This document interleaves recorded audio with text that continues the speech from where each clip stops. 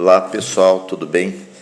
Bom, decidi fazer esse vídeo agora que ele não estava programando para sair agora, mas como as reflexões sobre o tema vieram forte, eu achei legal a gente já conversar um pouco sobre isso, que está inserido no nosso novo livro que estou fazendo, que é Psicanálise e as Tragédias Gregas, a Metáfora do Sofrimento. Eu vou tratar um tema, um dos capítulos que eu vou desenvolver no livro, que é o conceito de tragédia subjetiva. O que é essa tragédia subjetiva?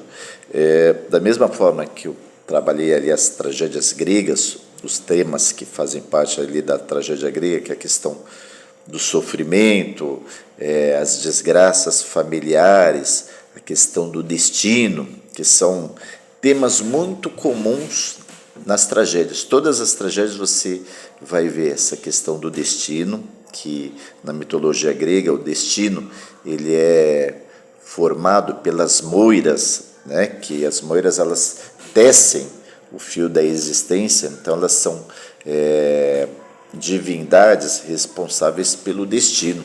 Né? E na mitologia e nas tragédias gregas sempre aparece também o papel da profecia, geralmente no oráculo, o oráculo de Delfos, que ocupa um lugar ali fundamental nas tragédias, ou seja, de certa forma todo sujeito ele tem um destino, né, segundo a mitologia. E nas tragédias gregas, esse destino ele sempre se apresenta como uma desgraça que se abate sobre o indivíduo e sobre o seu núcleo familiar, que muitas vezes está relacionado com ações de gerações passadas, que é o que os gregos chamavam, né, a híbris, que era uma desmedida, ou seja, uma transgressão a uma ordem divina. Por exemplo, Prometeu, que roubou o fogo dos deuses, né, ou Sísifo, que enganou a morte. Então são transgressões da ordem divina, ou como Tântalo, que quis enganar os deuses ali, servindo o seu filho, assou o seu filho e serviu aos deuses para ver se eles desconfiavam, né, da artimanha que ele fez. Então isso é considerado uma híbris, né, uma desmedida, uma transgressão aos deuses. E isso acarreta na nemesis, né, na punição que vai se abater sobre o indivíduo e sobre as suas gerações futuras. Né?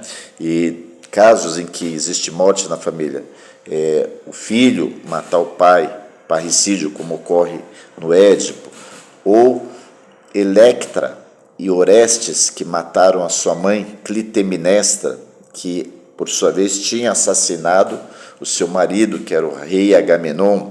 Então, esses crimes ali entre a família que acontecem nas tragédias gregas, eles geram o que os gregos chamavam de miasma, que é uma contaminação, né, desses crimes que vão se abater sobre as gerações futuras.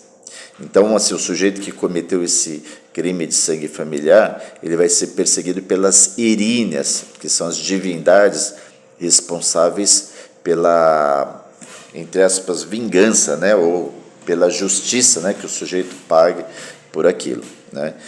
E eu tenho percebido isso, trabalhado isso há muito tempo, da experiência clínica, de que o sujeito ali na clínica psicanalítica, ele desenvolve um roteiro da sua existência um pouco parecido com a questão da tragédia, que é o que eu vou chamar de tragédia subjetiva. Né? O Lacan, ele desenvolve um trabalho chamado O Mito Individual do Neurótico, que ele trata nessa obra como o sujeito estrutura o seu fantasma. Né? O que é o fantasma?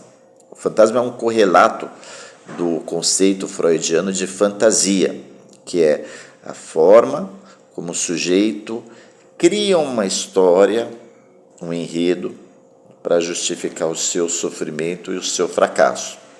E o que eu chamo de tragédia subjetiva é a forma como o sujeito ele encena, né, esse mito individual, esse encenar como é que é?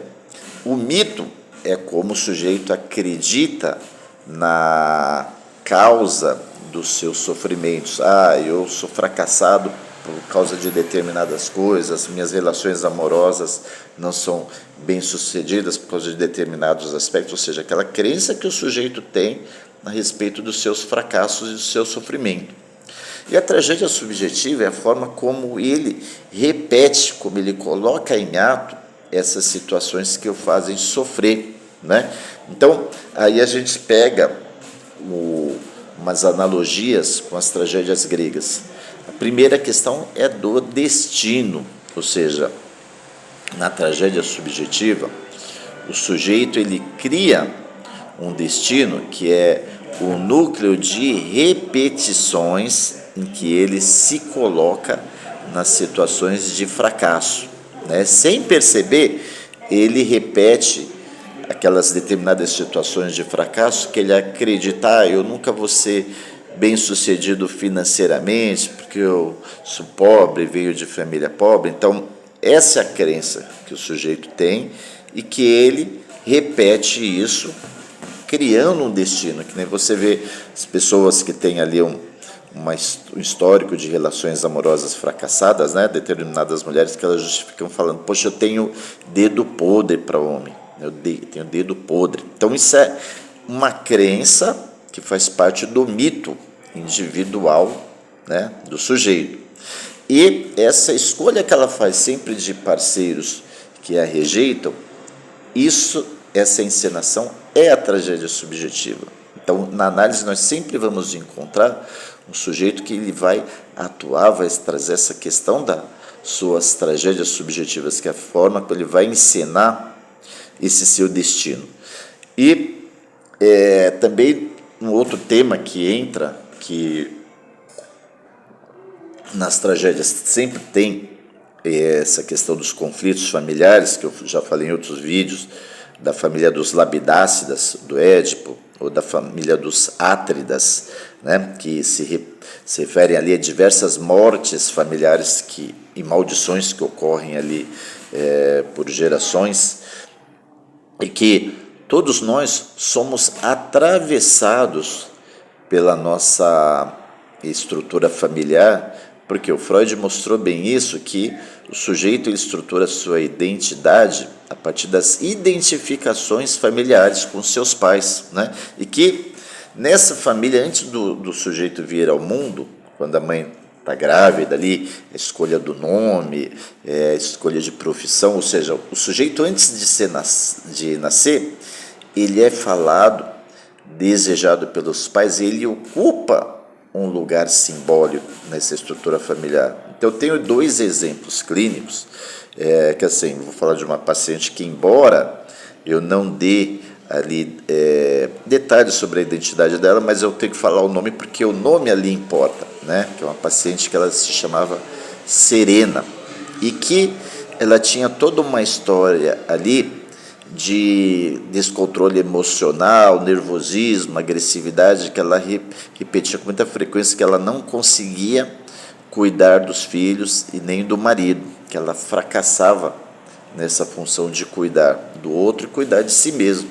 E aí eu pergunto sobre a história do nome e ela diz que os pais homenagearam com esse nome Serena, que era o nome de uma enfermeira que cuidou do seu avô quando ele estava com câncer, né, com câncer e morreu. Ou seja, essa Serena, ela era um simbolismo ali, um significante do cuidador, né, do cuidado com a doença do outro.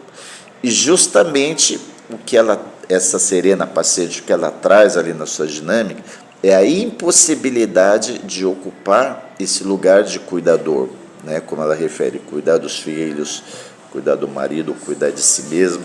Então, esse lugar simbólico que foi atribuído a ela no desejo dos pais, quando ela recebeu esse nome, ou seja, esse simbolismo do cuidado, do cuidador, é algo que ela rejeitou. Então, ela se coloca sempre nessa situação de boicotar qualquer possibilidade de cuidado. Ou seja, esse exemplo mostra que antes do sujeito vir ao mundo, ele é falado, ele é desejado, ou seja, ele é um efeito do discurso do outro.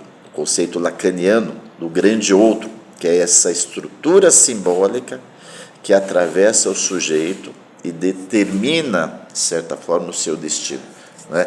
Então, isso é um tema também recorrente das tragédias gregas, né? Que nas tragédias gregas os personagens eles repetem, sofrem maldições que vêm de gerações e que determinam o destino deles. E na tragédia subjetiva a gente vê também que o sujeito ele atua, ele repete essas identificações familiares e essa mitologia individual de como esse sujeito justifica os seus fracassos, sejam amorosos, profissionais, financeiros, e como eles repetem esse destino. Então, essa é a tragédia subjetiva, é a forma como o sujeito organiza o seu sofrimento individual, como ele atua esse sofrimento. Bom, e aí a questão é possível romper com esse destino? Porque nas tragédias gregas, vide lá o exemplo do Édipo, que é no momento em que ele tenta fugir do seu destino, que já estava ali anunciado pelo oráculo, é justamente o momento em que ele realiza, né? Nas tragédias gregas, quando o sujeito ele foge desse destino que estava determinado, é justamente quando ele vai realizar. Né? E o que eu trabalho no livro, o que eu proponho, é que a forma do sujeito transformar esse destino, através, obviamente, do processo psicanalítico, é quando ele consegue falar, colocar em palavra, ele entrar em contato com essas identificações infantis, com essas experiências infantis, que é a possibilidade dele sair desse lugar do abandonado afetivamente, do fracassado profissionalmente, do fracassado financeiramente. Então, o processo psicanalítico visa essa transformação, que o sujeito saia desse lugar fixo da repetição. Não é? Que o Lacan mostra isso muito bem, que é impossível nós não estarmos determinados pelo gozo. Né? O que é o gozo? O gozo é essa forma de satisfação do sofrimento. Todos nós temos esse gozo, só que é possível a gente mudar a relação com esse gozo, é possível a gente transformar, de não ser escravizado por esse gozo, ou seja, sair desse lugar fixo da repetição do sofrimento, que é o que o Lacan vai chamar da clínica do real. Bom, pessoal, vou parar por aqui, porque esse vídeo não estava programado, é mais para gerar aí uma discussão sobre esse tema. Esse livro está ficando muito legal, espero que até a Bienal eu consiga publicar, que é Psicanálise e Tragédias Gregas, a metáfora do sofrimento. Se você gostou do vídeo, curte, compartilha e se inscreva no nosso canal, tá bom? Grande abraço!